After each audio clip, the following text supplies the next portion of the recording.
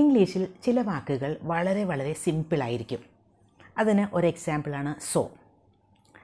So എന്ന് പറഞ്ഞാൽ അതുകൊണ്ട് എന്ന അർത്ഥത്തിലല്ലേ നമ്മൾ ഉപയോഗിക്കുന്നത്. പക്ഷേ ഈ സോ എന്ന വാക്കിൻ്റെ കൂടെ വേറെ ഒരു വാക്ക് കൂടി ചേർത്ത് നമുക്ക് നോക്കാം.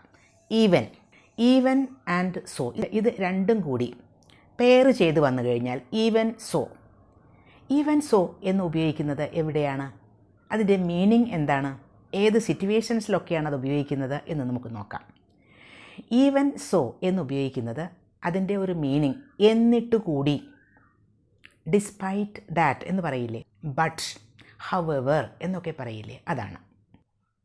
ഇപ്പോൾ ഒരു കാര്യം നടന്നു, എന്നിട്ട് കൂടി അവൻ അങ്ങനെ ചെയ്തു, അതാണ് എന്നിട്ട് കൂടി. ഒരു കാര്യം ചെയ്തു, അതിൻ്റെ ഒരു കോൺട്രാഡിക്ഷൻ. നമ്മൾ ഒരിക്കലും ഒരു കാര്യം, ആദ്യം നടന്ന ഒരു കാര്യത്തെപ്പറ്റി പറയുമ്പോൾ പിന്നീട് എന്താ നടക്കുക എന്ന് നമുക്കൊരു എക്സ്പെക്റ്റേഷൻ ഉണ്ടാകും. പക്ഷേ അതൊന്നും അല്ലാതെ വേറൊരു കാര്യം നടക്കുന്നു, അതാണ്.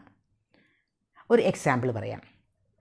She is unfriendly, even so I like her. She is unfriendly എന്ന് പറയുമ്പോൾ അവൾ ഒട്ടും ഫ്രണ്ട്ലി അല്ല, ഒരു വല്ലാത്ത ആറ്റിറ്റ്യൂഡൊക്കെയുള്ള കുട്ടികളുണ്ടാവില്ലേ, അങ്ങനെയുള്ളൊരു കുട്ടിയാണ്.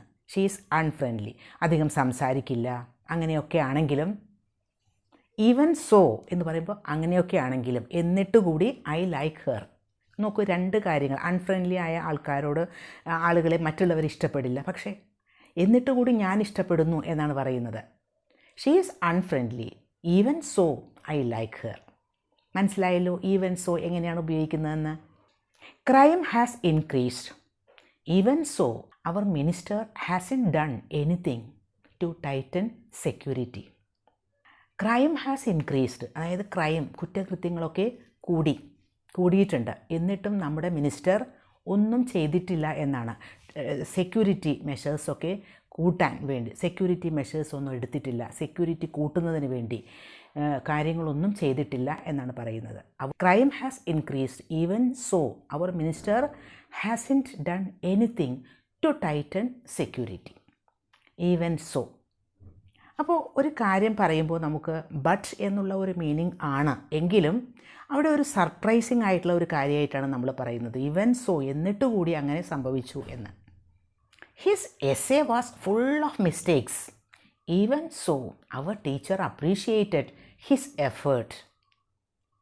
His essay was full of mistakes, അവൻ്റെ എസ്സേ ഫുൾ ഓഫ് മിസ്റ്റേക്സ് ആയിരുന്നു, ഒരുപാട് മിസ്റ്റേക്സ് ഉണ്ടായിരുന്നു.